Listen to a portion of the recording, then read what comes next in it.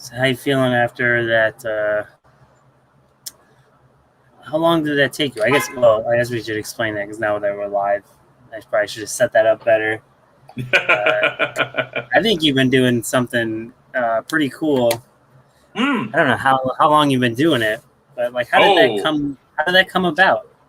I actually it came about because my friend and friend of the show, Ed Luce, who does the comic Wobble Loaf, who if you're not familiar with the comic, you're probably familiar with the character on the T-shirt.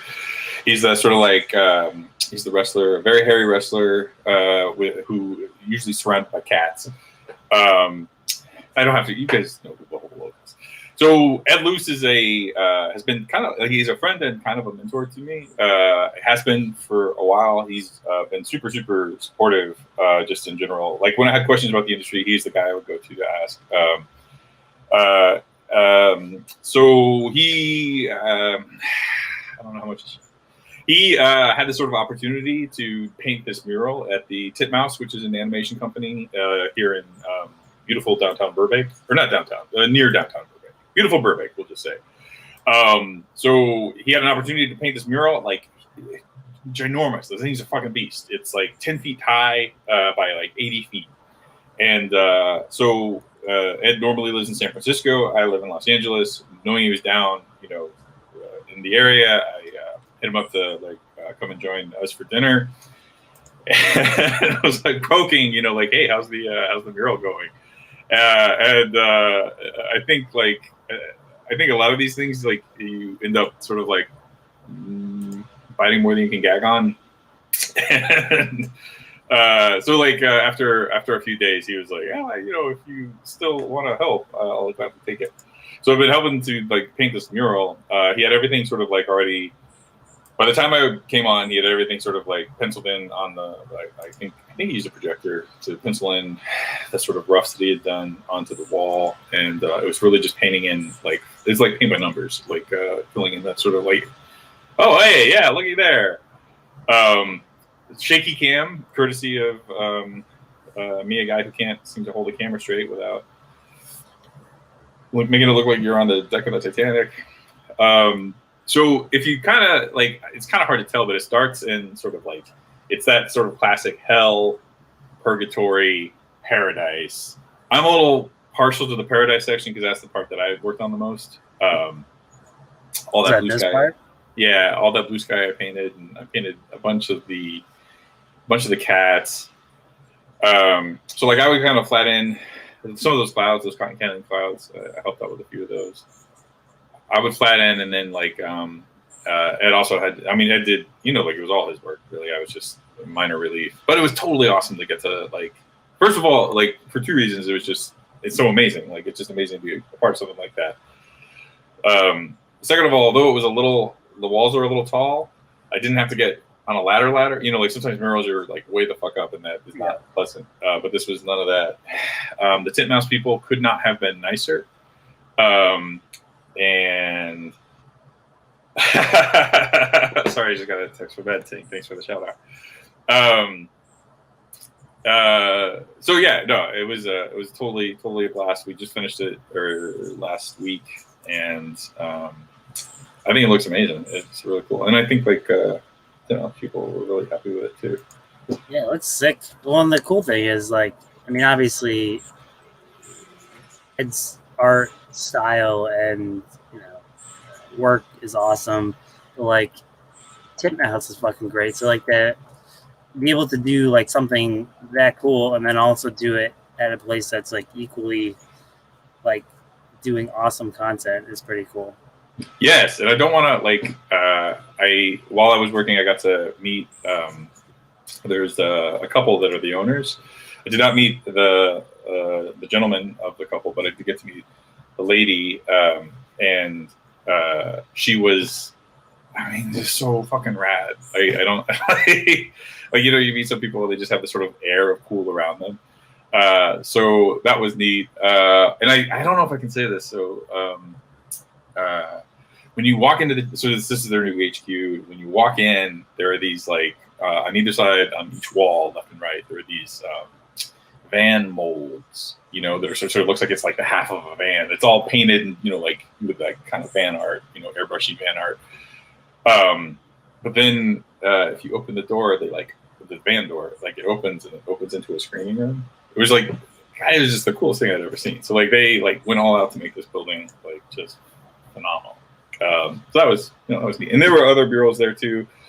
The other murals were also it's nice to see. That vibe is so awesome to be around.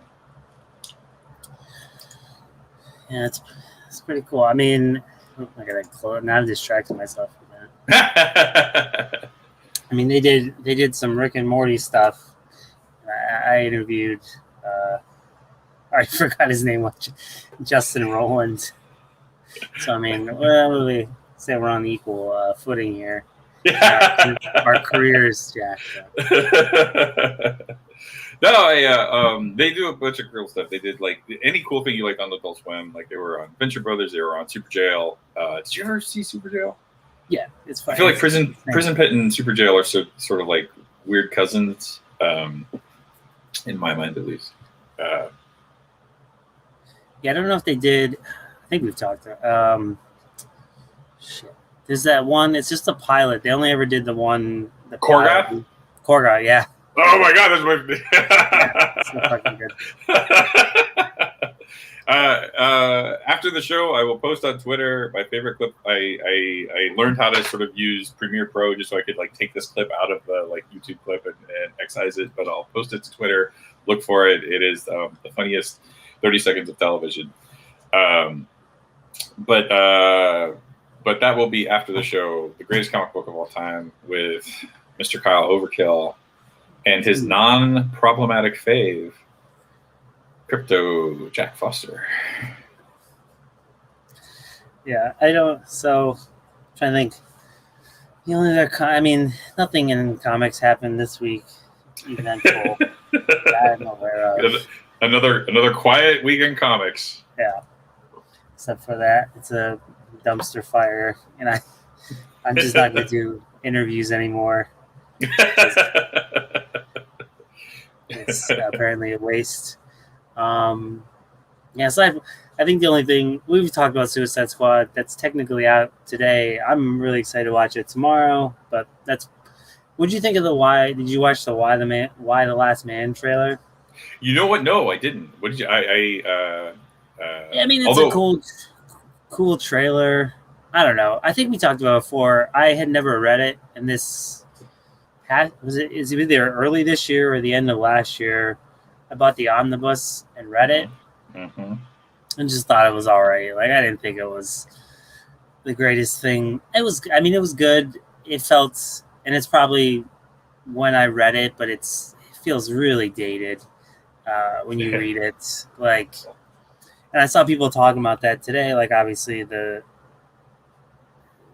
kind of the concept now of it's all the men are killed off by this genetic disease except for one, and then there's spoiler a few others, but how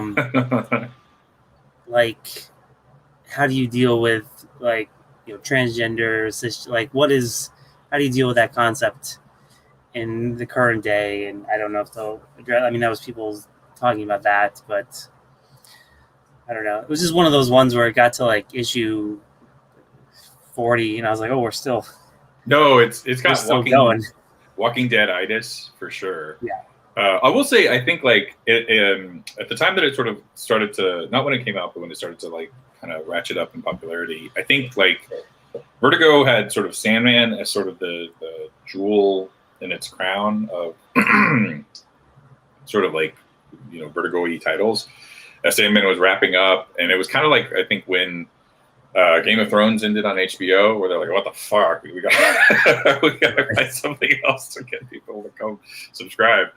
And there wasn't any real, out of the sort of, I think, a lot of those titles had all kind of run their course anyway. I think Shade the Changing Man had sort of wound down. There's a Sandman Mystery Theater plugging along, but I think never really kind of ascended as high as they wanted it to go. And so Why the Last Man was the first. I think it was a Vertigo title. I might have that wrong. It was kind of one of the first sort of like, I think just sort of not DC Universe. Yeah. I'm pretty sure. Not DC Universe books that they, that they like kind of started to fill in that gap. And it wasn't sort of like a, like the popularity of Sandman then suddenly got replaced by the popularity for Why the Last Man. It was more like, I think, Succession after Game of Thrones, where like a lot of people were like, oh, hey, I like this. This is kind of cool. And it's very different. But like, it was still the thing that like people wanted to talk about a show on HBO. That was the one they kind of, you had a place to gravitate to. And I think that was the thing with Why. And I think there was a little grade inflation on that because it was sort of like Brian K. Vaughan is a great writer. It's a clever, it's a clever conceit that you can kind of spin out. I think he didn't rest on, like he went in a lot of different directions that weren't the obvious choices. I mean, I think it also kind of did like you were saying, I think like it did not have a lot of get up and go. And that like it kind of just diffused after a while. Yeah. And I wonder if, we've talked about this a lot, kind of reading things, in trade versus reading them as they come out, and kind of, a lot of things read better as trade because like they're kind of intended as a long form story. But I could see reading Why the Last Man in singles and that'd be more exciting than when I was like sitting and reading it and I was like, oh, there's a crashed Russian spaceship like with men in it. This is what we're doing. And like, as I was reading it, I was just like, what is this? Like parts of it were just slogging. But I could see if I was picking it up monthly and like there's cliffhangers and stuff, that might be long. But yeah, definitely a Walking. That was another thing I learned this week, that like Walking Dead's still on TV. I had no idea. I thought like I'm not surprised. Not surprised by that because I know that it has its. But like, what is it? Curse of the Walking Dead. What's the other one? There's like isn't there like one that's like in the future or something? I think that's still on because I was like, well, this we're gonna last for 2 seasons. Because there's a prequel one too, right? That might be I think it's Fear of the Walking Dead or something. Either way, I still keep seeing billboards for it. So like, there, you know what? Good on them. Keep that. Yeah, keep that baby rolling. Again, I feel like it's weird because I hear this a lot. Maybe it's like on podcasts I listen to, but like, if you have like a foot fetish, it's like whoa! What podcasts are you listening to, Kyle? Sorry, like if that's your thing. Well, that's the thing. Like, if that's your thing, like I might find that something that doesn't interest me, but fine. Like that's your thing. It's not hurting anyone to do it. But like, if you like Walking Dead TV, whatever, I don't fucking care. Like, I watched half of the first season and thought it was garbage, but like, whatever. It's not her. I don't fucking care. Someone's making money on it. That's good. I stuck with it for a couple of seasons. I think like I don't know. I liked it fine. I thought like I think everybody maybe not. Clearly, I'm wrong. I think there was a point where maybe the zombie thing started to kind of age out, maybe a little. Like it just felt like and I know that doesn't really. The zombies are in for a little bit in the beginning, and then it moves on to other. It's got other themes. Anyway, enough Walking Dead. Kyle. Real evil is us. It's always people. Xenomorphs. It's people. People are worse. I'm so true horror. Excited for this episode. I think both of these books are so good, and I know that like we call it the greatest comic book of all time, and like most of the time, like they're fine, But this time we mean it. Like they're really, really, really greatest comic books of all time. I love both of these so much. I thought this was not the spoilers. I am so excited to talk about both these books. Yeah, well, I think because I was at the end of reading both of these and then kind of thinking about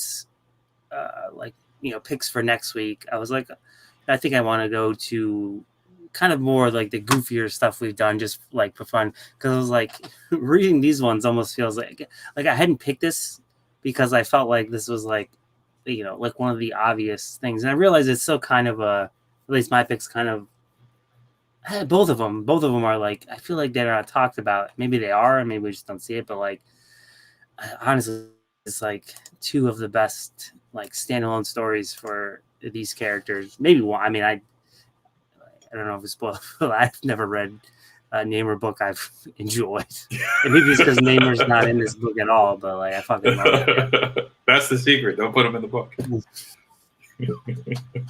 Yeah. That boring character out of there. No, in fact, I kept telling people after when I read this, like I was about halfway through it, and I'll save that for our segment. I will say though, I kept telling people like, "Hey, did you pick up Submariner? Is it Submariner or Namor? Oh, yeah, Submariner." I was like, "Did you pick up Submariner the Depths?" People will be like, "I don't read Submariner books." And I was like, "No, I know. That's a given. It's just like past that. Pick this one up. You'll like it. It's good." Like not to slag on him. He's a fine character. In fact, I think he's fun, and he's sort of like, is he a good guy? Is he a bad guy? Is he sort of like, is he sexy? Is he going to steal Mrs. Fantastic? You know, like he's fine. But like, I don't think he's a character. I certainly have never read another Namor, exclusively Namor book. So yeah, I think there's a little bit of a barrier. And of course, people have read Batman, but I think this is a different. Not a different Batman. I think this is Batman in a mode we don't see a lot of, especially past like 1986. Yeah, and I think part of the confusion is always, again, the same thing. I was trying to look it up to read. I ordered it, and then I was looking for like a digital copy to read, and I'm like, all right, Namor the Depths. I'm like this is a book.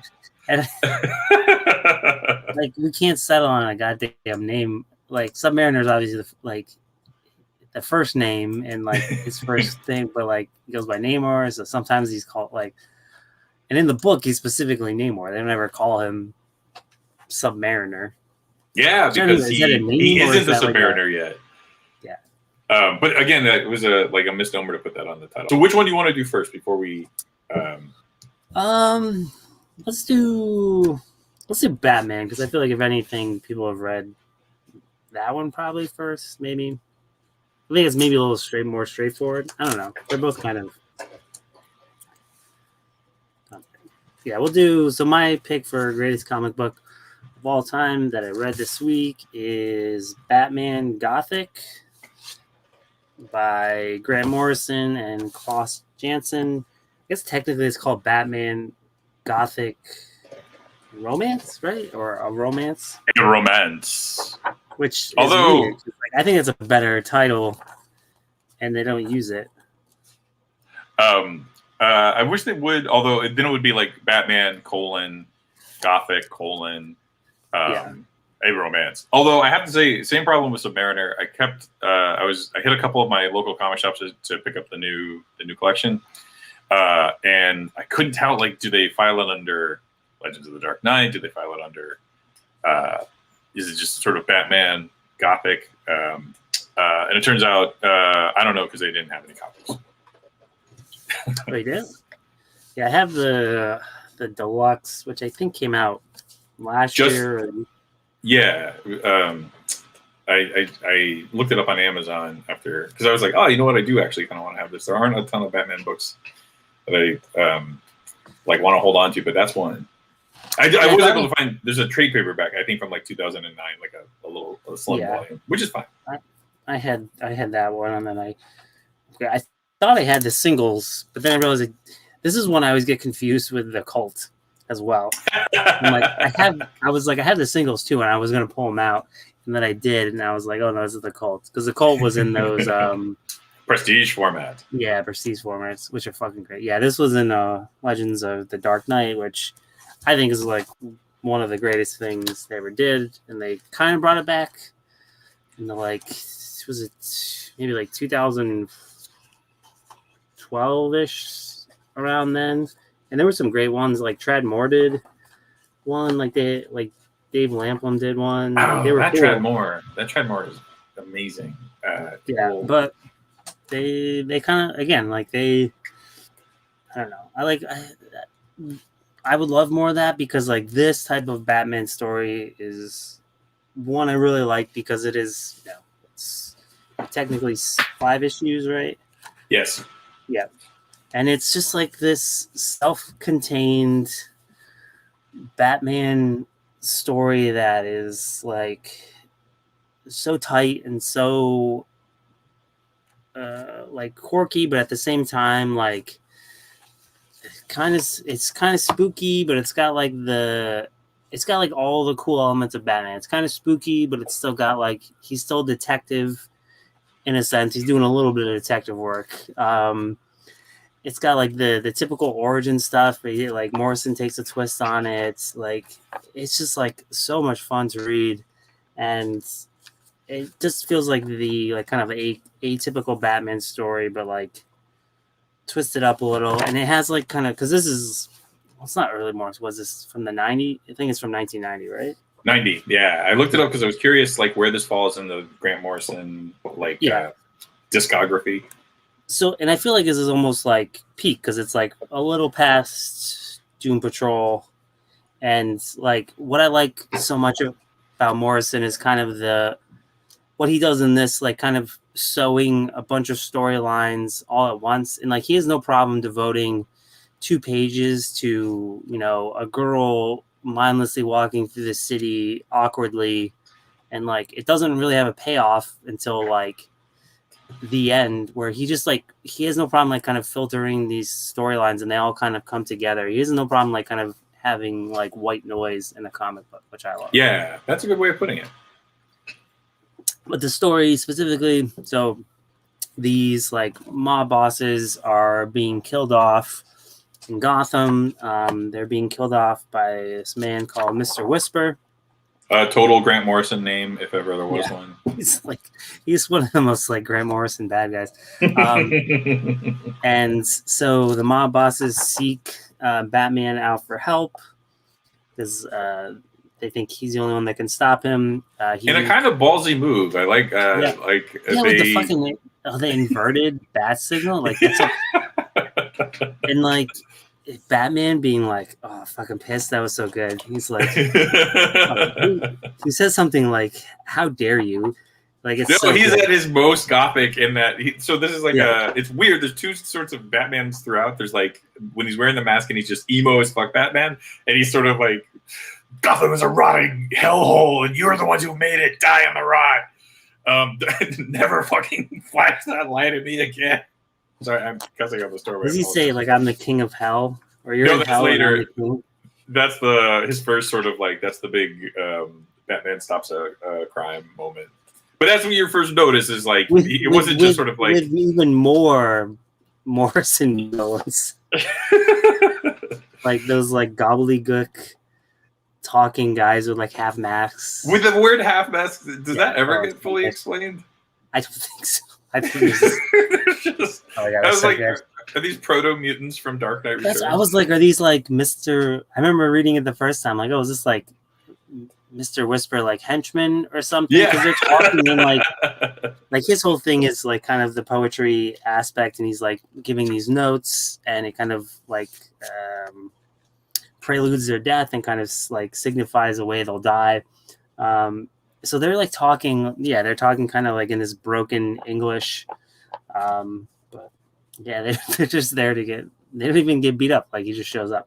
Yeah, it's a reveal. It's a Batman reveal. But I think it's a great one. Because what's that line? I think you put it in the tweet you sent out. Gotham is hell. This is hell. And I am the king of hell. Like it's totally Baroque. It's and if it ain't Baroque, don't fix it.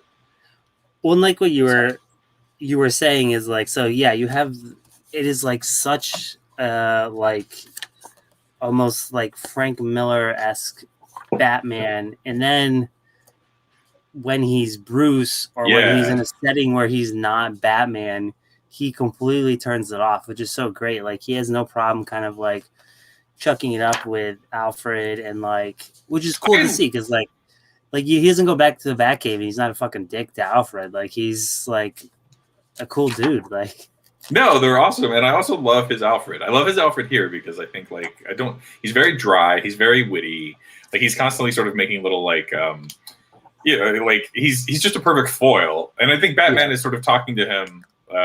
It's not a lot of ordering around. He's sort of like he's working things out loud, and Alfred sort of participates, and then is sort of like a little distant as well. Yeah, the Alfred in this is like phenomenal. Yeah, and I just found it says Gotham is hell. We are all in hell, and I am the king of hell. Yeah, so good. Yeah, but then so what's interesting is it's obviously like Batman has like supernatural stuff all the time, but like it kind of starts off where like he's guys like apparently unkillable, so they reach out to Batman, and Batman's like, "Fuck you guys, like this is your doing," like which is a cool thing again. Like I Yeah. don't know, so he has no problem. Like again, it's like that. The Batman Begins, like I don't have to save you, which is bullshit, but like um, but yeah, it turns out this guy is immortal, and it it goes down this like large rabbit hole with like monks and making deals with the devil, and Batman just kind of like going along for the ride. And like, well, then the only thing I will say, well, I'll get your thoughts on your thoughts on the book, or like kind of, did you read this when it was coming out or around then? Yes, I read it. Not in actual like the month or so it came out, but after I was really like he Morrison had finished Animal Man, had started Doom Patrol. I was like, I could not get enough of Doom Patrol, and this came out. I think like they overlap a little bit, so I picked it up after it had come out, but like only a few months or so. So like relatively close in real time, and it was just like I think like Morrison at that point. I mean, he had done all this stuff in the UK, but these were like Animal Man was really his first gig over here, followed by Doom Patrol and then Arkham Asylum. So Arkham Asylum, I keep forgetting, is his first stab at Batman, although it's more of a rogue's story than it is a Batman story. And this one, you kind of like for a guy who, or I'm sorry, for a person who has had like a long career with that character. I have two notes on this. Like, I think one, he burned through a lot all at once. Like, I think the inverted bat symbol and the sort of like I just think he had a lot of ideas around Batman, and he compounded them all in this one story, which is like crammed to the gills, because it's on the one hand, it's sort of like it's this, who's killing these mobsters, straight detective story, and then there's this sort of like really Morrison-esque kind of like fantastical story of how this guy, became immortal, and what his sort of like what like the dive into his story, which involves like like desecrated nuns and a lot like the devil and like a bunch of stuff. And then there's also like there's interesting embellishments, like Thomas Wayne figures very prominently in the story. Bruce, I should say, keeps having these dreams about his dad, and it turns out that Mr. Whisper is Bruce's headmaster from this like awful English school, or English boarding school style school that he was sent to as a young man. So like there's a lot of like narrative threads that are being pulled, run together. As you say, he does such a remarkable job of having them all, like pulling them all together when they need to, and like it's flawless. Like the execution is flawless. However, it's a lot. It is a soup with a lot of ingredients. Yeah, and I think if I had like one knock against it, and then it's tough because it's reading it now and reading it after Morrison's like long tenure on Batman. Yeah, it's like tying it to the night his parents get killed. It's like, oh, okay, but it feels like someone who's like, if I get one shot to write Batman, like I'm gonna tell this story, because his later Batman stuff is all about exploring kind of the history of Batman, and this doesn't. This is just like a straight up Batman story with like minor psychological stuff that he does with Bruce. But I thought even that, I mean, as much as I didn't need it, I don't ever really need a Bruce Thomas Wayne thing again. Like I thought it was please. I thought it was clever that at least it wasn't like it led to that night, like him wanting to be taken out of this school, getting taken out of the school, and then like as a reward or kind of like a cheer me up, they take him to the movie, and then obviously like it's just like it's almost like a little, it's like a little clever edgelordy type thing. Like I could do without it, but it's fine. And I think in the bigger picture, Oh, sorry. It's the accessory. Like you check yourself in the mirror, take one accessory off, and that's the. It's fine without it. It's completely fine without it. And if you want to sort of embroider that in, the thing that I do like, I agree with you completely about that. The thing that I do like is he doesn't do retconning. He's just sort of taking the existing story and trying to weave into the blank spaces next to it, which is, I think, like you said, you get one shot at Batman. Why not? Right, and I like the backstory stuff with him at the school and his like kind of like the finding out, because I think one of the cool things again about Mr. Whisper, like again he's so good at kind of like building lore, and that's like the type of stuff, and that's why like Doom Patrol and Invisibles is so good. Is this is a man who was a monk, and his interpretation of like enlightenment or like representing God was to embrace sin, and like so that whole thing, and like you have this like crazy story with these like awful monks living in like debauchery and like you said, kind of desecrating nurses, nuns, and so that's all cool. But the idea of they call him like he has no shadow because the way he figured out how long he could live was measuring his shadow with twine, and he's imbued his soul in this twine. And the reason young Bruce realizes something's off and that he might be killing these kids is he has no shadow. And then like later on, another thing I feel like it's a callback to 66 Batman, but the like Rube Goldberg machine he's tied up to. But I feel like it's Morrison like taking his shot with I want to do all these things. Like you said, this is like literally like every idea he's had for Batman. He's like, I'm just gonna throw it in here. But I love the like if you hadn't been taken out from the school, you were next. Like I was gonna kill you next. I think like all around, I think it like it hits on every note, and that's we haven't even talking about Morrison, but obviously talking about Jansen, like one of the greats. I fucking love his. It's so good.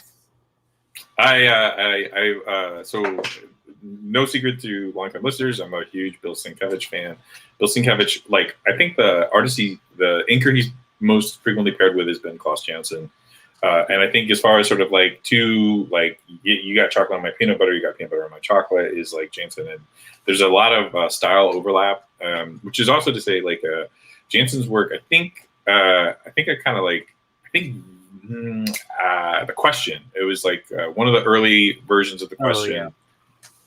Just was Jansen's book, and like everything from the sort of like jangly way he does fog, so in the sort of like the spectrum of art, I think like Jansen's work tends to work more towards like if you ever read From Hell, like that Eddie Campbell, everything looks very scritchy. So like his style is a lot like that. And in addition to that, like I think it gives a different character to Gotham. Because like I think Gotham, like ever since the 1989 movie, we see it as sort of this Art Deco, it's a very stylized place. And I think like his Gotham is very metropolitan. It's very much like it's a claustrophobic city. There's just roads. There's this great scene where like I think Batman is looking out. Oh, it's not Batman. It's the mobsters are looking out over the sky. They've got the inverted bat symbols playing across the crowds, and you just see like they're just building after building after building after building. Very uniform and very brutalist, and like it's a great take on Gotham, and I think it wraps in so nicely with the story that's being told here, because it's very, it's Baroque at the details. Like the whole thing sort of like hinges on this opera, which is another Morrisonism. Like you have a character who sort of cheated death.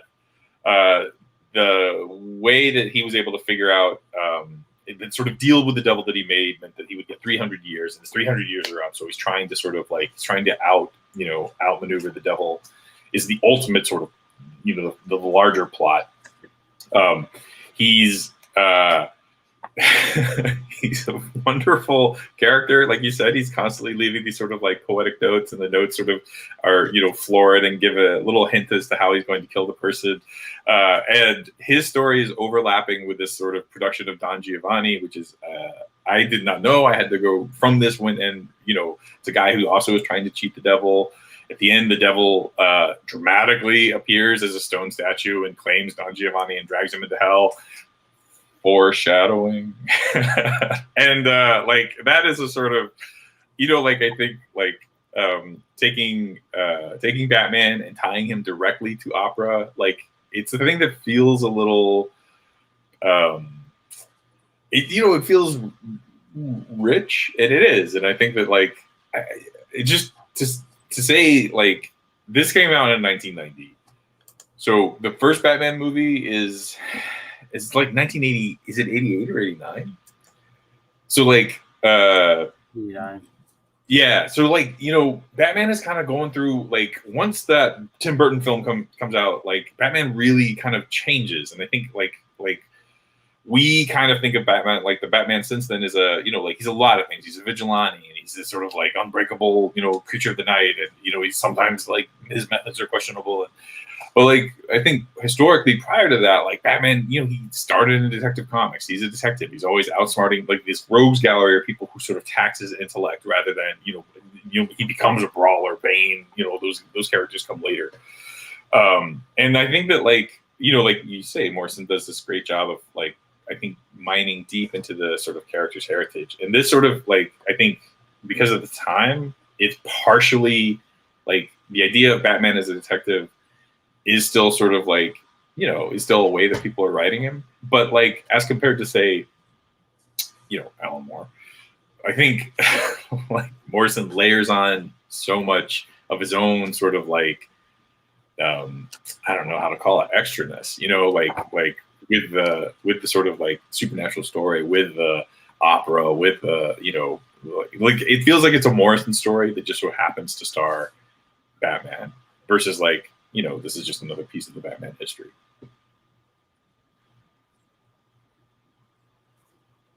Yeah, it's like, it's almost like his early thesis on like what he thinks like a good Batman story should be. Like he is something, again, I always enjoy about his stuff is like, and if you read was it Super Gods, that is like very much kind of his anthem is like, superheroes should be heroes. They are the better, which again is like in itself kind of a debate to be had, but like his idea is like, these are people that do the unbelievable thing, and like kids look up to them because kids can aspire to these kind of like just generic broad concepts. And like that's kind of always saying, like, I think All-Star Superman is like his like shining star for that. And like I feel like he does that with this, like kind of just telling this very specific hero story and then kind of throwing in all the Morrison as things. And I think it's still like surprisingly dark as well, which like, there's like child murder. I think the idea of like the mob boss is like killing him and then continually cutting him up with an axe and his body reforming. So they just throw him in a river, like tied to an anchor, and it takes him like 20 years or something to get, like, the thought of that, like that guy just being down there for however long, like plotting revenge. I don't know. No, it's very Fire Punch Man. Yeah, and it's just like, again, it wraps up fairly nicely. This like very small girl that is littered throughout the story that even is like taken in by Mr. Whisper, it turns out to be Lucifer, which on the Wikipedia it has it as like Morning Star Lucifer or whatever. Oh wow! I mean, so I don't know if that's accurate, but and then I forgot, I completely forgot the he gets a box with Mr. Whisper's heart in it, and it's tied with the twine that's like he used to measure his soul. Oh, right. And then he goes and throws it into the monastery to kind of like release the nun. Like, I feel like the last issue is a little rushed. Yeah. Like his escape from the Rube Goldberg machine is just I got out, which also feels kind of smart because like of course like why waste time on it? Of course he got out. But it does again. Like I could see someone reading this and being like, "Oh yeah, we should give this guy Batman." Although he didn't. I mean, he didn't get Batman until it was like late '90s, early 2000. I think it was his Justice League. I think he wrote Batman very well in Justice League, and I think from that, and then also like, I mean, I feel like he kind of. I'm sorry. I feel like they had. Look, I have been like a Grant Morrison fan for I don't know how 20 years now. I apologize. It takes a little getting used to to refer to them as in the sort of pronouns that they prefer. Yeah, no. So no disrespect intended. It is simply like I'm an old dog trying to learn a new trick. But so they yeah, I think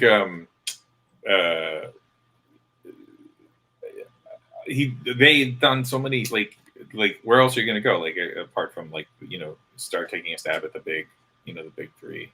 And I love All-Star Superman is fantastic. I think Morrison's like iterations of heroes, and that was the thing in JLA. Like JLA was sort of like almost like parallel to Invisibles, and I think Invisibles was sort of like it's like the one for you, one for me. Invisibles was like his own sort of cosmology that they wanted to create, and then JLA is like I'm just gonna do a really great superhero comic. And like although I love both of them, like JLA is fucking phenomenal. Like very few people do superheroes as well. A real instinct for how these stories, and like you were saying, it's just understanding what people want from them, what they represent in our collective psyche. Right, and I think that's one of the things as like a huge Morrison stan is like I think a big knock on them is or kind of the perceived is like these high concept stories like you think of Invisibles or the one we reference all the time like the Batman issue I forget the Joker one. Like they have no problem kind of exploring kind of the high concept stuff, which is fine, and like I enjoy that stuff. And like Invisibles is something that took me 2 reads to really kind of digest and get through, and it took me reading Super Gods and watching his documentary and kind of understanding it's like a autobiography and like this whole thing. It's just like this crazy what's that magic? I'm trying to think of it. Chaos magic, like him kind of bringing things into the world, like that whole thing. But then he's able to write very, very direct, easy to digest stories like Batman Gothic, Occult, like even like I think We Three, like I'll take out the are we good type stuff. Like that is a very like simple story about like these like you fucking cried there. Like they are able to do that as well as those kind of like high concept like things. Even something like Multiversity, they wrote an issue that can be read backwards and forwards. It's fucking nuts. Like I don't know. No, I also Morrison Stan couldn't agree more. And I also like I would say they also read some stinkers. Like that's not a well, no, anyone. You have a long enough career for sure. But I would say I put Gothic up like if you were just gonna go like not with runs but with stories, I put Gothic up as sort of like one of my favorite Morrison. Like it's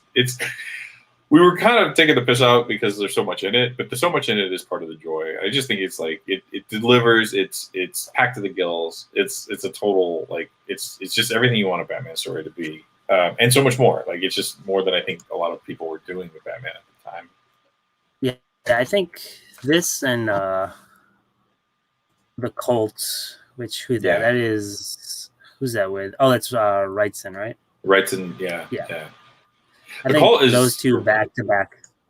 So yeah, because that's another like that is who's it? Oh, Deacon Blackfire is like another Morrison like just like tropey villain. It's so good. Yeah, I think those two are some of like the best Batman stories and some of his, like you said, best stories in general. Which is why it's one of the greatest comic books of all time. I couldn't So think of a better one. so we usually there's like a secret theme because we don't really plan these things for in ahead. And I did think it was kind of interesting that we ended up with Milligan and Morrison, who I think are like early Vertigo writers and not like two of the greatest writers in comics, like hands down. But like I just thought it was like because like this is them not at their I guess Gothic is sort of Morrison in their like imperial phase, but like this is the Milligan story is a little later than I think what people usually like his high point. We discussed Peter Milligan before we did I think was it Face, and then yeah, and this is like post. This is post was Ecstatic, right? Yeah. I think, and I like that. So I walked into the comic shop. I saw this. I'm a big fan of Esad Ribic because I love. Well, all you need to like Esad Ribic is eyes, but like I particularly like the sort of like old, analog. Well, everyone has a face like that. I love the analog art style, like artwork that he does. He's amazing. So I, like I said, I'm not really a Submariner reader, or to be honest, I don't read a lot of Marvel now. In general, I saw it at my comic shop, and I was like, "Well, yoink! I'm gonna pick this up." And did not realize it was a reprint, like a recollection from I guess 2009. And like at the top of the show, you had said these comics don't get talked about enough. And I just don't know how this why this is such a great comic. It's so good. So why is it so good? So Peter Milligan writing, Esad Ribic on the making the artwork. Let me just do the things that we're supposed to do. VC's Corey Petit does the lettering, and there is no colors because Esad is painting himself. So it's Submariner to the having the color Esad Ribic. I think someone is. I think it's stuff on. What's he doing now? Eternals is black and white. If I'm not, I might be wrong on that, but I thought I saw some black and whites, and I was like, oh, "Good luck, dude." So the premise is this is set in the 50s, so this is canonically before Namor comes out of the depths and announces himself to the world. He is a creature of speculation. We meet Randolph Stein is he's a mythbuster. He's a guy who goes around exposing somebody thinks this is a Sasquatch, and he proves this was not a Sasquatch, it was a bear. And he's sort of going through the world, taking all the sort of cryptozoological creatures and exposing them as it was just a wind under the door. And the State Department reaches out to him because there is a missing Captain Marlowe who believes in the fabled city of Atlantis and its protector, a creature named Namor, believed to be under the sea. So this Captain Marlowe takes a boat, goes down, looking for Atlantis, and maybe running afoul of its protector Namor, and then all contact with this boat ceases. And it's lost. So the government wants Randolph Stein to go down, like famous debunker, debunk this. So most of the story takes place in these sort of claustrophobic submarine, deep sea boats that they're in. There's a lot of talk about whether or not being down at the depths like this gives you sort of kind of madness, rapture of the deep. We don't know if Randolph Stein is possibly going crazy. Is that what happened to Marlowe? Even though he's a total skeptic, and his crew is not. These, what do they call them? The deep men, good deep men, blah blah blah. They're a clan of their own people. They're people who sort of live at these incredible depths. They're kind of like sailors, but on steroids. They fully believe in Namor. They fully believe that he's like anything you can say about him. Is he real? Absolutely. Is he the protector of Atlantis? Yes. Is he going to fuck you up and destroy your ship? Absolutely. So Randolph, as the sort of skeptic, starts having you can't tell, are they visions? And one of the best sequences I think in the entire story, he's looking out one of those little portholes and sees one of those like creepy, like, you know, those, I don't know what they call them, the fish with like a little glow light hangs in front of their head and they've got huge spooky eyes. So like he's looking out the porthole and he sees one of those, or is it Namor's face? Like there's this great sort of like because of the artwork, it's both.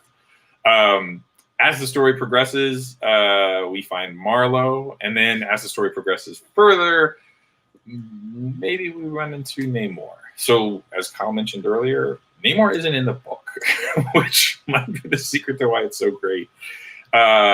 His presence is felt. He's sort of lingering outside of panels. You know, like he's sometimes outside of a porthole peeking in, or in sort of like flights of fancy, which are harder and harder to tell apart from like what is actually happening and what is sort of a delusion.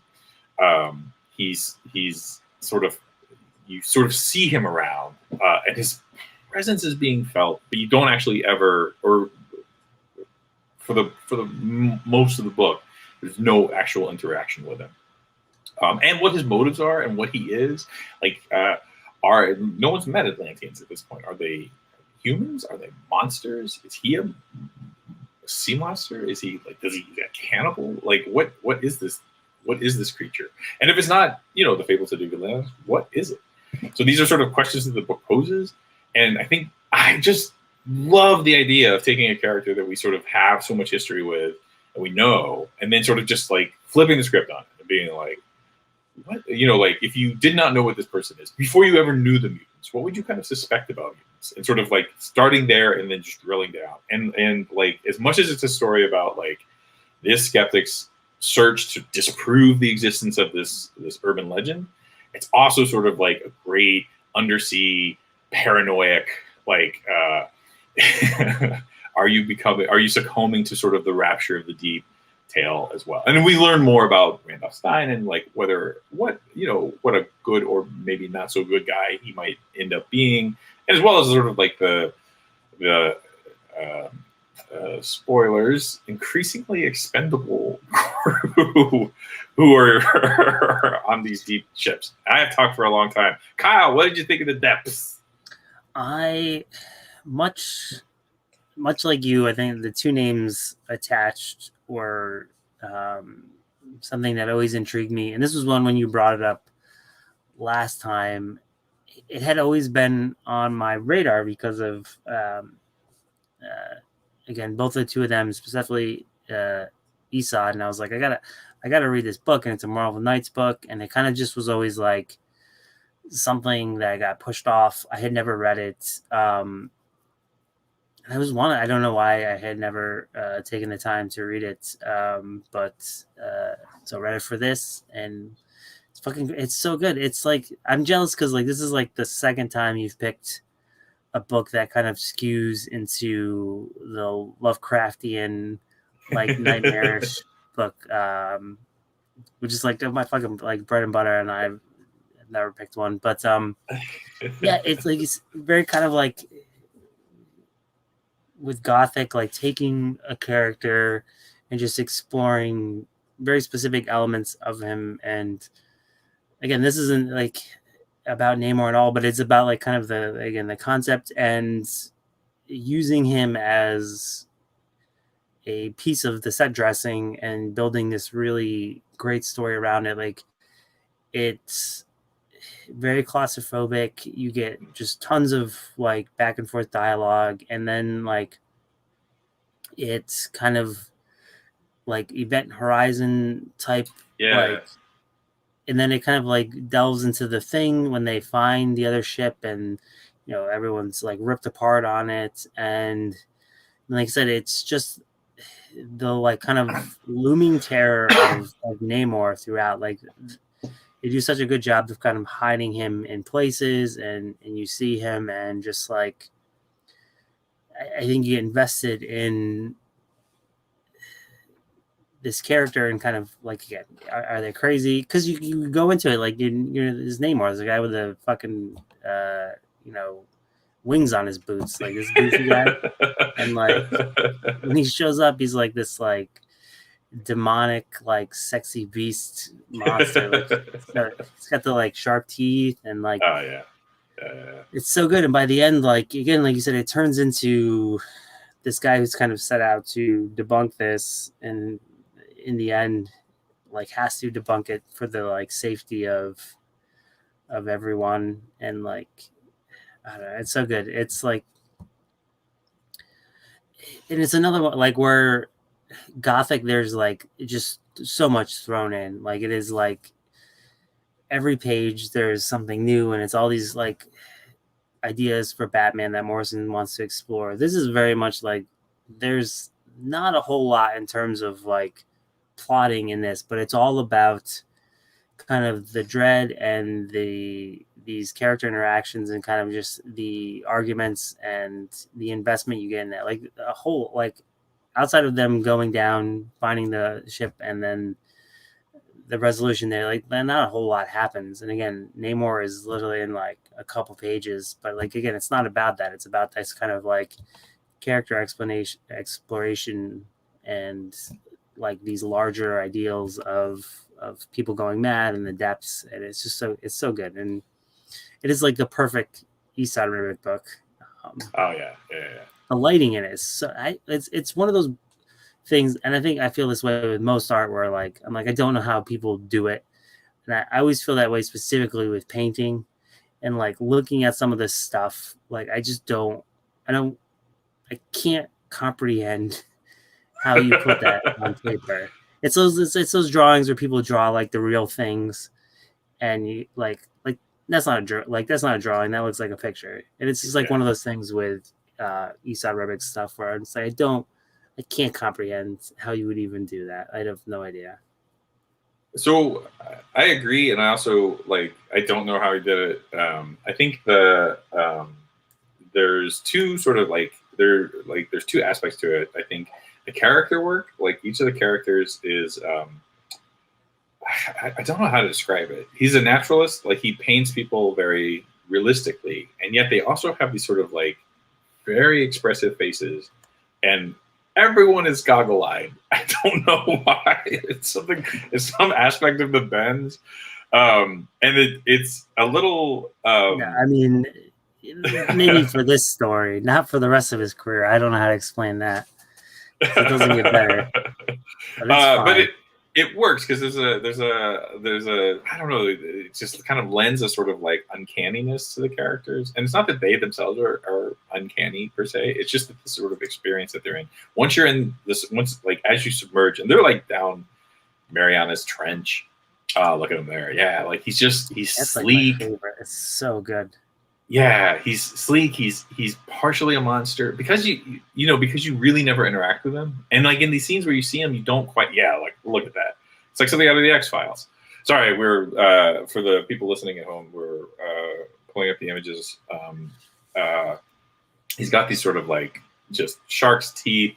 The eyes are blacked out. He's pale, and he looks like something that lives at the bottom of the ocean. But instead of the sort of like the hunky guy in the green Speedo that we're all familiar with the Widow's Peak, this feels, it feels dangerous, like it feels like it feels like a cryptozoological, like this feels like, a man that lives at the bottom of the ocean, or a monster that lives at the bottom of the ocean. And they because of the sort of like the framing of like, is this some sort of a reaction to being in this underwater pressure? Is it your paranoia? Is it the sort of like the pressure that the guy is under that he kind of beginning to show signs of cracking from? You don't really know if these sequences are real or imagined. And then we, of course, we, the very smart readers know Namor is a real guy, and he's he's not just a guy, he's immune, and like he is real. So we kind of like when we're sort of in on the joke, so we know when we're seeing these things, we might actually be seeing Namor himself. Although, because they vacillate between the sort of like monstrous version of Namor that is not quite what we're used to, it does sort of like it just keeps you on your toes. the artwork is phenomenal. I guess this is sort of very early in Isad's career. So the character work, like you have the sort of group of deep divers. You have the main character. Eventually, when you meet Marlowe, he's like oh, I forget the guy's name in Apocalypse Now. You're sort of like on this quest to find this guy who might possibly have gone mad, and then you finally do. And when we do, he's in this sort of boat, just riddled, or I should say, like another submarine, riddled with like body parts. It looks like a lot of violence has gone on. A thing I didn't fully understand at the end of the book: did Namor just like kill all these people? I think that's the case, and that's. I was trying to understand. I think even kind of this like very bare bones representation of Namor, like it still kind of breaks down to what Namor is and what it makes him an interesting character when he is interestingly is like he is this person. He is not, from the land. He is not. He's from Earth, but he's from the sea. He has that. He's a king to protect that, and like in this story, that's still kind of what he's doing. Like he's not necessarily out to. He's protecting what I can't remember what it was because it's over the Marianas Trench, and I think the idea is he's protecting Atlantis or this his world, and he's up there to protect them. So again, like Namor, someone like you said, he's always kind of towing that line of is he a good guy, but at the same time, like people on land continually fuck over the ocean, and like he's like again, is he a mutant? Is he part of that community versus like, is he his own thing? And this still kind of like toes that line of what Namor is because it ultimately in the end, he lets Professor go to kind of, and it's not set up that way. You think like the page we were looking at, it looks like he's going to fucking kill him. But like the idea is like he let him go to kind of keep people away, I guess. But yeah, like it still kind of like bleeds into like were all those people killed by Namor or did the captain kill that? Like, it's still like a lot of kind of playability that Milligan does with that. And it just makes like, I don't know. I feel like it's so claustrophobic when you read it. It's really good. And there's it's a lot of reading, I think, as well, which makes it feel that way. Like when there's just so much going on dialogue wise, it just feels hectic. No, it does. I'll tell you what. I think it's sort of like I love Milligan. We've had these talks before. I love him. Like I already had sort of like favorite Milligan stories. This one like way shot up to the top. Like and it's not just sort of like I love the premise. I think like he sort of like he wraps himself around the story and just he like gets the period detail right. Every character, like the tone of the character, a slight. This isn't a criticism, but like something I struggled with the artwork was that 3 central characters could be brothers. The main guy and then 2 of the divers. And when you're sort of like, panel to panel, sometimes it's a little hard to tell, like just looking at them, like it's hard to tell in a group shot, like which one's who.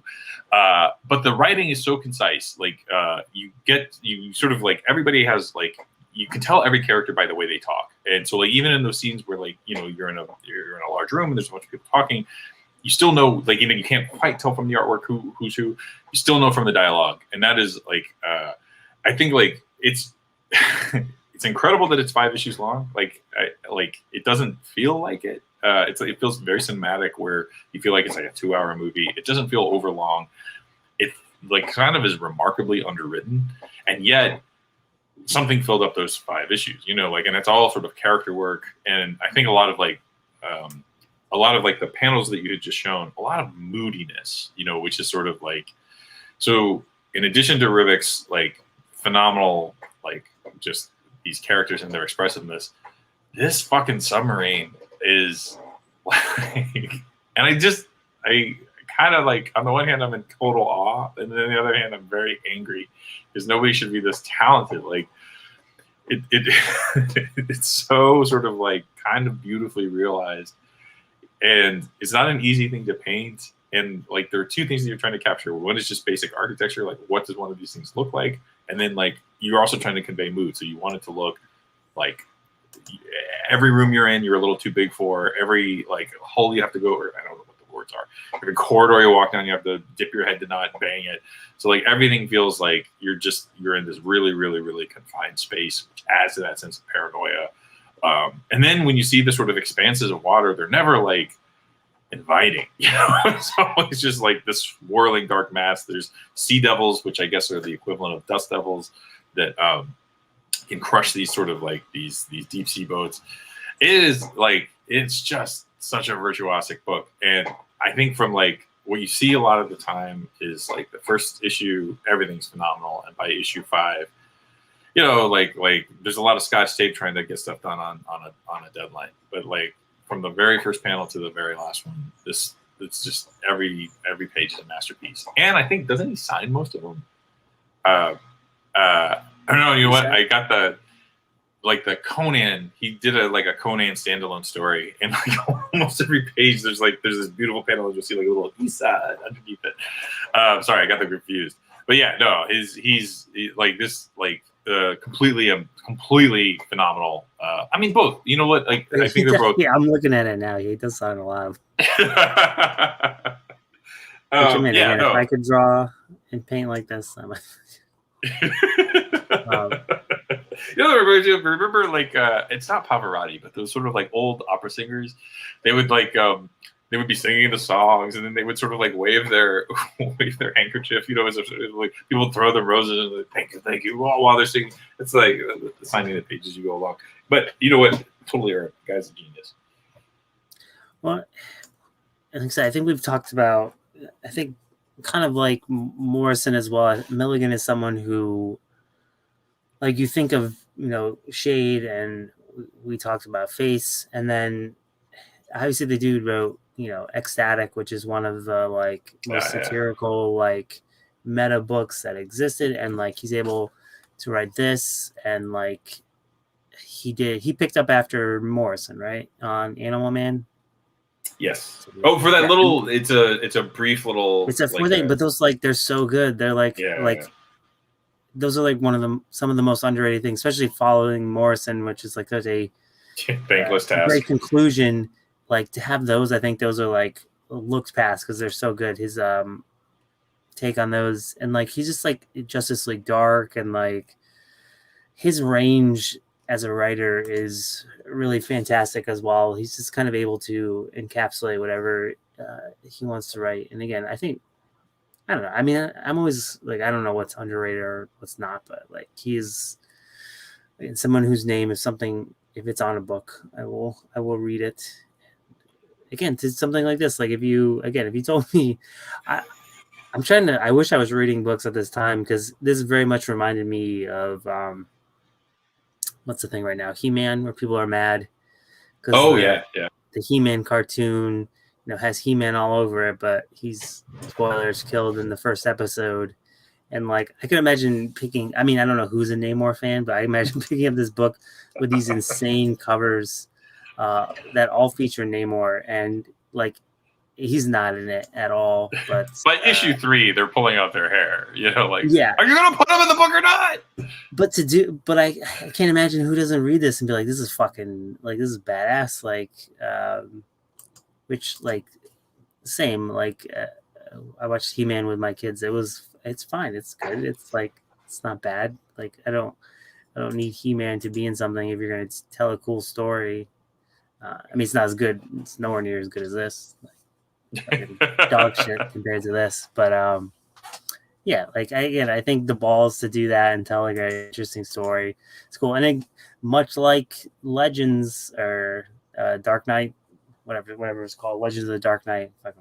I wish we had more Marvel Knight stuff. Like the space to tell these stories is so great, and like a lot of like cool shit came out of it, and like we just don't have that now, really.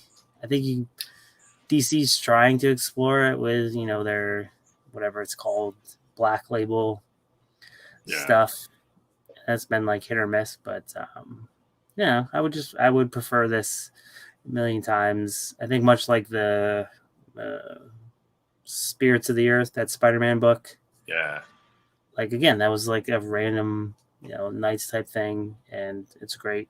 And I don't know, we just don't. I don't feel like we get that, especially with the big two. And I understand, like Marvel then versus Marvel now is a whole different uh, beast. Yeah, that's the like unless it's a I don't know. I don't want to actually. You know what? I'm not gonna badmouth Marvel.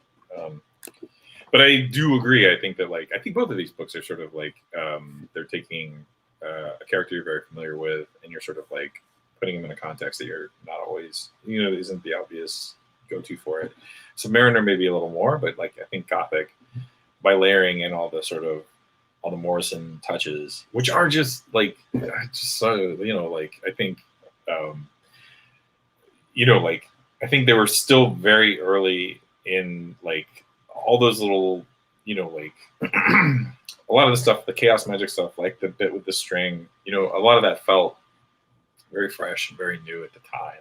And after a few, after a couple of different iterations of it, it loses the freshness, even though it's always still really inventive.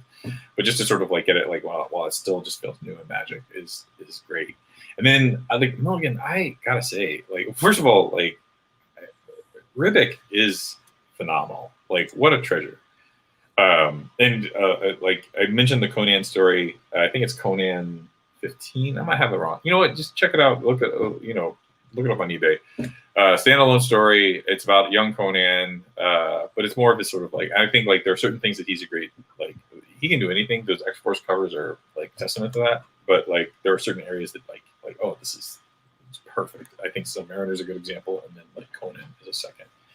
But Milligan, man, he might be maybe one of my favorite comic writers. I can't think of a time when I've ever read anything and thought I don't like this. I think Shade went on for a long time. It had highs. I wouldn't say it has lows, but there were sort of there are times when the focus is really sharp, and then over time, it was 60 some odd issues. I think the focus got a little diffused, but generally, when it was at its best, like nothing else, and all the sort of little X Force, like you mentioned, or I'm sorry, X Addict, all the little kind of side projects along the way. I think it's interesting because and this is not I don't want to be comparative in a negative way. Neil Gaiman has a sort of very polished, very storied career, and then you've got Milligan who doesn't who maybe worked longer in comics, did more. It's more sort of succinctly, just constantly ball came at him, he swung, knocked it out of the park. But doesn't have the sort of the prestige, I guess, of a Gaiman, and that I think is I wish there was a little more of the Gaiman got sort of reflected back on Milligan, because Gaiman did a bunch, but he was Sandman, he was he was in, he was out, he was off making novels. Whereas I think Milligan is just just been doing comics, and then every assignment he gets, just what's that phrase going around? Just understands the assignment. Right. Milligan seems like the. I think maybe that's how I kind of always have thought, because Gaiman is someone who I enjoy a lot of his stuff. Some of it, it's just not for me. I think it's good. Well, Milligan seems like kind of maybe the everyman Gaiman. Yeah, yeah. Where I picture Gaiman as very gothy, which I mean is probably not fair, but Milligan I picture more I don't know, English pubby type. Yeah, right. It's just, he'll write a Red Lanterns run. You're not gonna see Gaiman write fucking Red Lanterns or an X-Men one shot. But Milligan will, and Milligan will he'll kill it. Yeah. No. Yeah, actually, that's what I'm trying to say. You said it much better. Thank you. Have you read Silver Surfer Requiem? Is that the Mebius the other Esad Ribic one? Oh, you know what? No, I haven't. No, I haven't. Yeah, it's very. I'm trying to remember. It's by. I think it's JMS, right? I think it's Michael Straczynski, East Side, and it's another. I think it's like 4 issues. But Well, I tried I don't. to. I'm trying to remember the story. I remember it being okay, but it's like another thing where like if you just want to see East Side draw like Yeah, space and shit, a shiny guy, it's fucking great. and I do, and I do. You know who I want to see get on that is Maleev. Although I think I don't know if he's doing stuff anymore. I can't remember the last time I saw it. Like he's doing a lot of like on Instagram and Twitter and whatnot. You'll see his like his single pages, single paintings, which are phenomenal. But I haven't seen any consistent comic work from him. But I've like he did some like Silver Surfer, I think for Nova, some covers for Nova, and then just some of his like standalone pieces. And like he does that guy great. He's just phenomenal. Oop. Now I'm getting distracted. Look, I can't buy things while we're talking. The second I was like, oh, I just tell him about Requiem, and then I was like, I'm like, I've read it, I don't think I own it, and I was like, I should buy it, I guess. All the time. Yeah, both the I don't know, and again, we don't do this because you picked this, and I was like, I kind of want to talk about Gothic, but I was like, I don't know, and I was looking through stuff. And then I was like, nah, it's nothing's as good as Gothic. Yeah. I'm looking at. No, this was a real this was a surprise. Like I mean, it was a surprise, and then I was kind of bummed to find out that I was actually like 10 years late to it. Story of my life. But like it was just I felt like I'd gone to a shop, picked something up that had just come out, read it, and was like, this is fucking amazing. So that, you know, like wah wah, it's not. But which I'm sorry, there's a lot of great stuff coming out right now. I'm continually, and like Kickstarter is really killing it. I got like 3 things last week, and phenomenal. Like best publisher in comics right now. Yeah, it was great. I backed something, and then I got to cancel it and go back something else. That is a problem these days. I'll say this: I don't want to like add to the noise about it. I think it's good that people are coming forward and saying things. I think that's how you go from like open secrets to accountability.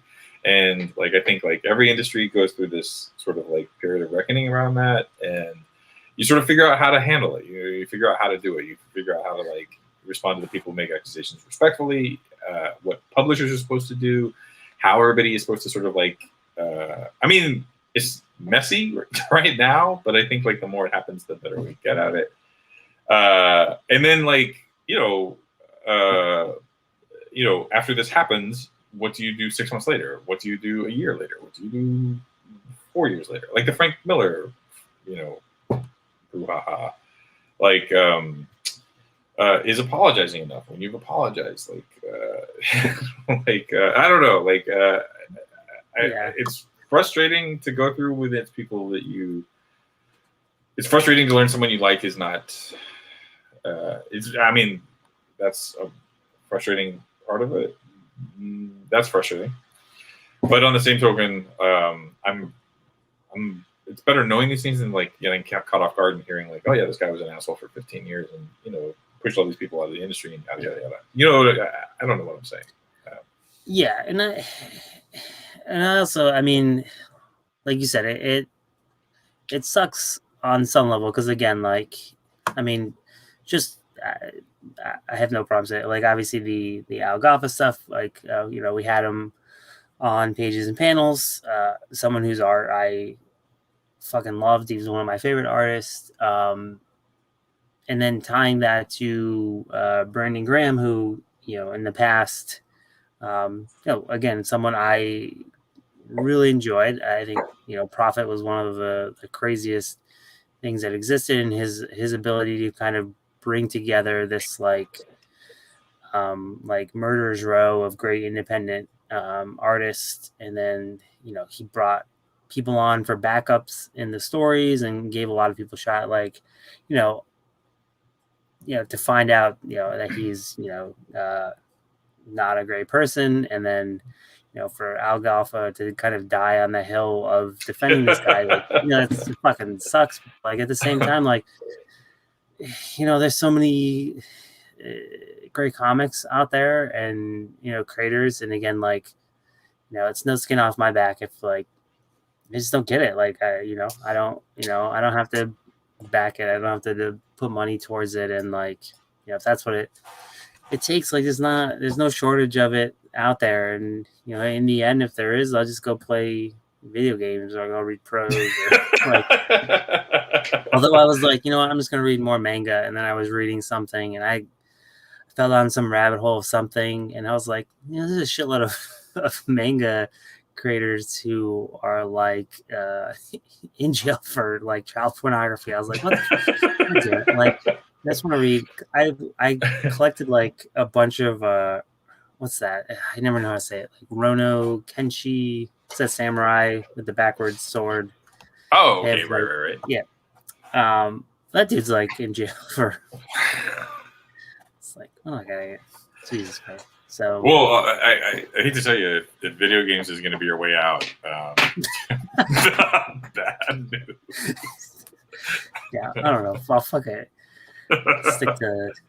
No, it's good. I mean, it's hard. It's growing pains. You know what I mean? Like, I think like these industries, like a lot of the stuff is just sort of like always been underground, and then like part of whisper networks and things like that, and that is fine because I think like I don't think that like I don't think people understand the sort of like, or I shouldn't. I'm not speaking for anybody. Like, it's hard to come out and say these things publicly. It's very like there's a lot of stuff that can happen to you, that, beyond just sort of people being gross, which happens invariably. But then like like you don't know if you're going to be blackballed. You don't like, and the consequences for these things have been like terrible. And like to not talk about comics, just like look at movies.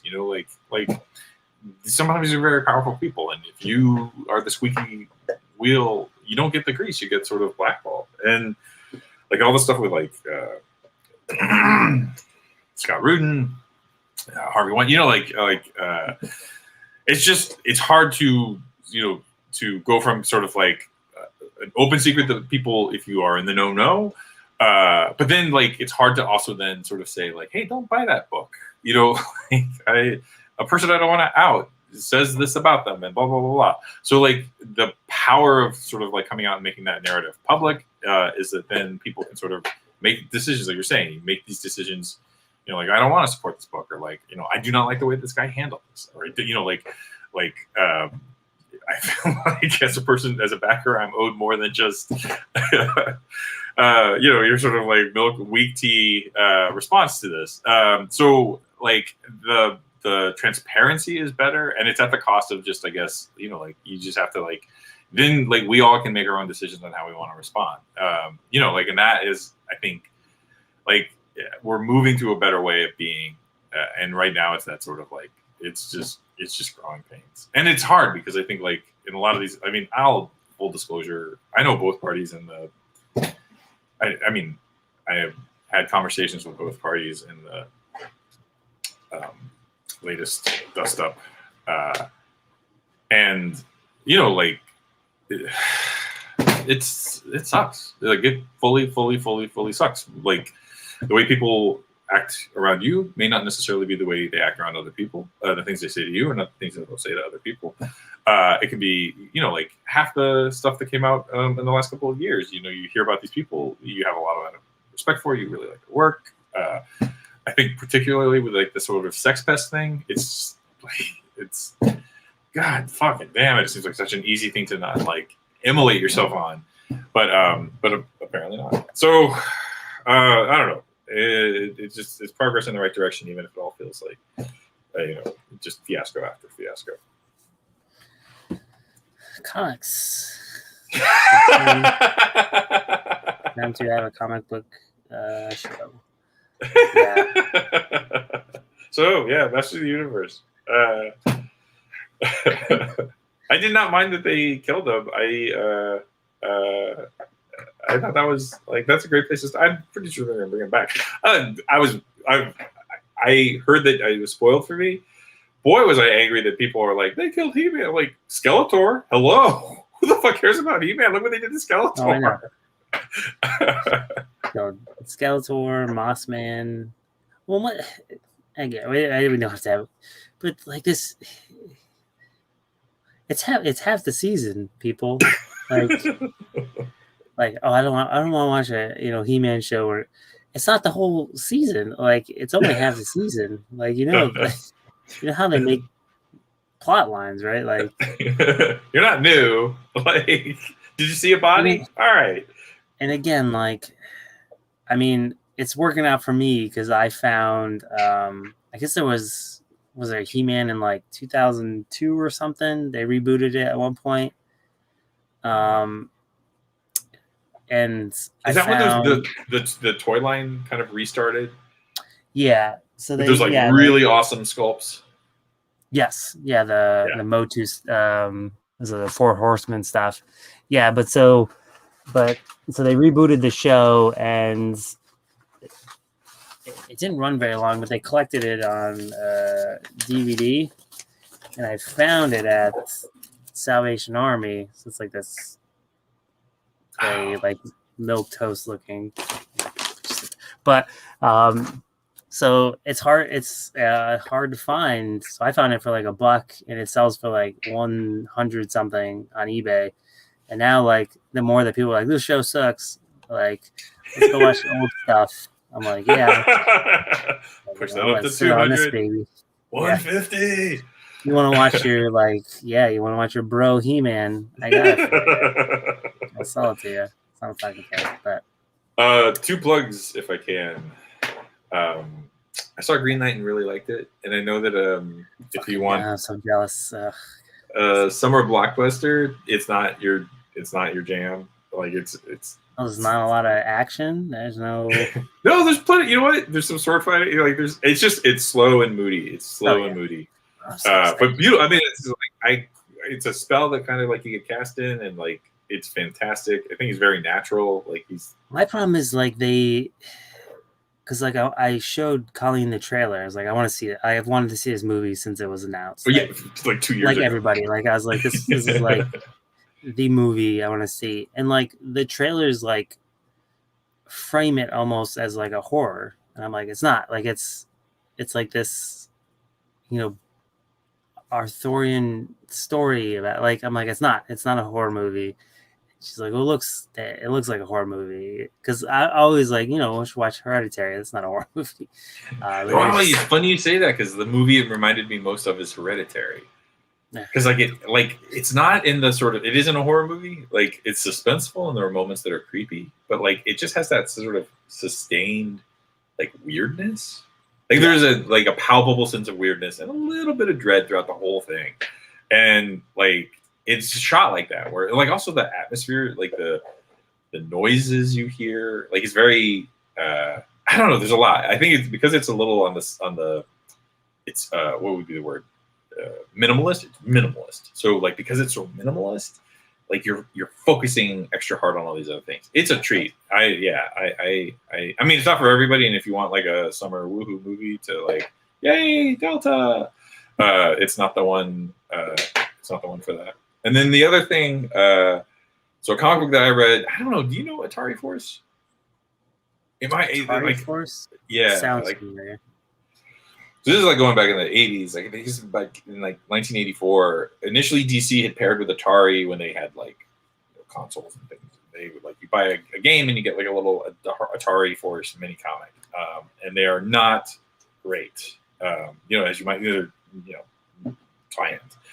But like for whatever reason, they decided to sort of like reboot it as a regular series. This is in that era of DC when they were sort of like they just did everything. They did westerns, they did sci-fi. It wasn't all superheroes. It was like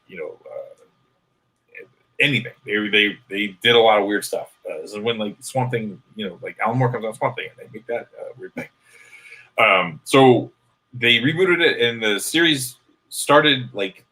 Later, the kids, they tie it back. The kids of these characters, they initially, now they've sort of like grown up and they're sort of like, it's in this sort of, it's a space opera.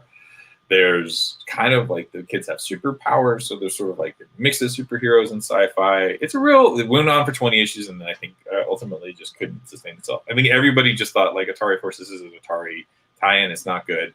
And I think it was like, I enjoyed it reading it. I read it as a kid. And then, I guess through some sort of conversation was like, wow, this isn't trade paperback. So I had to go and sort of track down all the individual issues on eBay, which that's what I'm recommending. Like, not to go read Atari first, although I enjoyed it. And if you want to read a sort of like interesting relic from the 80s, go get it. It's like Camelot 3000, where it's just like, well, this is weird. But it also weird makes sometimes good stuff. But like, I always push this: go onto eBay, find old comics. Like, there's something cool about getting a book that you can't get in trade. Like, there's something fun about it. Like, it's just, it forces you to like, and then on the way, like, you discover other stuff. And I think the thing we keep running across in this podcast is that, like, I mean, Kyle's read every comic. I've read 75%. And for a while, like, we're long-time comic nerds. There's always stuff that's popping up, like the fucking Submariner thing. There's always stuff that's popping up, and you're like, I had no idea about this. Or like creators, like, I have no idea what this guy was or girl. There's so much breadth, and like, you think you know all the old comics and you don't, and like, if you're frustrated with the state of comics now, I just found Screamer. I've never heard of Screamer. Screamer. See, there we go again. I was like, oh fuck. Yeah, because like, I think to build on that is like, I mean, I know it's like the most, like, I think typical thing. I think you would. Is that the Milligan one, the gangster one? The Dylan, the Dylan one, Steve Dylan. Yeah. Okay, yeah. I can kind of conjure it up in my head now. Yeah, while you were talking, I was like, oh, look at this. But yeah, I think, like, I do that. I mean, I will sit on eBay. I'll sit on, like I said, I use Twitter. If I could do it if I could get rid of Twitter and just still view the people I want to view, like, to find books people are talking about, or just, like, go into the shop and, like, just flipping through back issue, like the 50 cents thing. Like, yeah. My problem is I'll buy those and then I'll be like, I'll buy this to read it, but I'm gonna buy the nice versions later. But like that, like, have you seen this? No. What is that? So it's Phantom Star Killer. So I picked it up in the shop. It was a book that I wanted to get. I don't have it with me. But it, like, sold out. So it's like a I think, who puts it out? Maybe Scour or somebody. Okay. Yeah. But it's tied with Black Caravan, and it's like this character that was, like, created for, like, Super 7, like the reaction figures. Mm-hmm. And they made, like, the comic book, but then they put out this like it's called the Legendary Edition. It's like a artist edition. Nice. But it's fucking dope. Like, the art is this, like, inside. It's so good. So I haven't been able to find the regular issue, but I went to the shop just looking for other stuff, and I saw it, and I was, like, so excited. No, that's also, like, the story I tell every week. I lost a box of comics. Lost a box of comics. How many comics are in a box? Like 100. Somehow I've been buying 400 or 500. I don't know. Like, I don't know how many comics I actually lost. But, like, always going through the dollar bin. Luckily, where I'm at, I've got a couple comic shops to choose from, and they all have dollar bins, and, like, some really good stuff winds its way in there. I was in there today thinking, like, some old Teen Titans. Jose Luis Garcia Lopez, like, right after George Perez left, he took over for a couple of issues when they go to, like, Olympus, and I was like, oh, maybe I need to pick those up. I was like, no, Jack, no, you don't.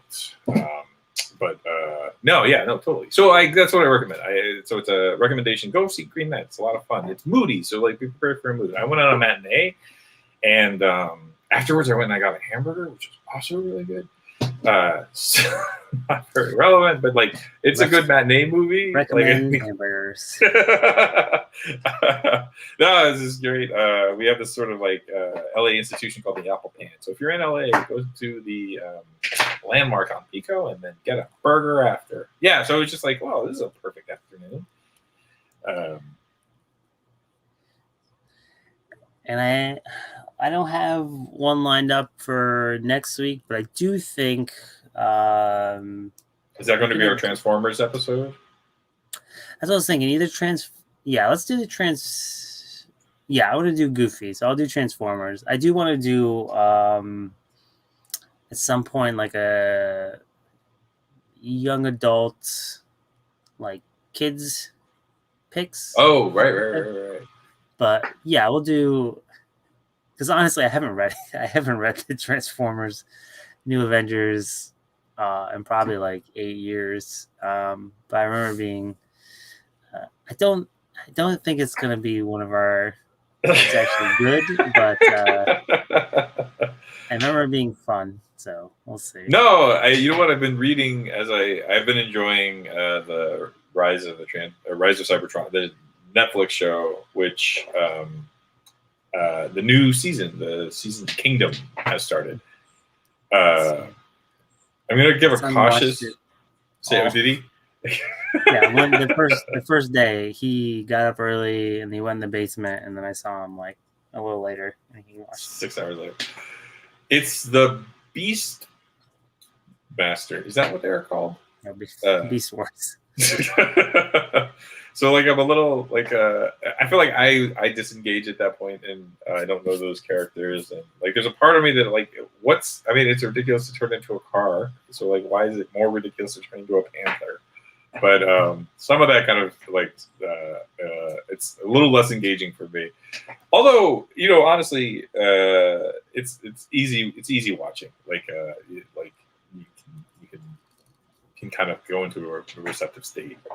Either way, new season out, so like a great tie-in. Yeah, so from that, I've been like looking up characters, and like they always talk about the book, so there's gotta be a good one out there. I mean, I imagine. It's good. It's it's specifically New Avengers too, which it's not Avengers. Oh, right. It is like the best Avengers lineup. So. All right, I'm excited. So that'll be not next week, but the week after, 2 weeks hence. Greatest comic book of all time. Yes, which will be, if you're listening, will be the 19th, which will be the YouTube. So after that, it'll be on YouTube, and then it will be on the audio thingy afterwards. In your ear holes. So however you're consuming it, you can continue to consume it that way. You don't have to do anything else. But, yeah.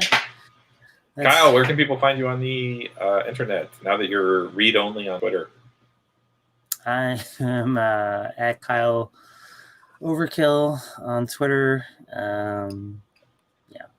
I've long forgot that we had a Pages and Panels account, but we do have that. But just Kyle Overkill. That's pretty much the Pages and Panels account for show stuff. And if my editor remembers I'm part of Multiversity, I will occasionally do a interview on there.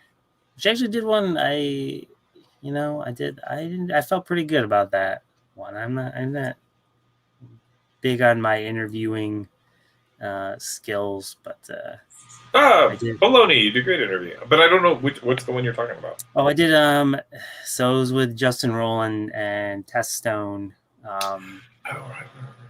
For Trover Saves the Universe, which I don't have a problem saying. So we got approached to do it, and my editor asked if I want to do it. I was like, yeah, that sounds fine. I'll do it. And it was like one where you had to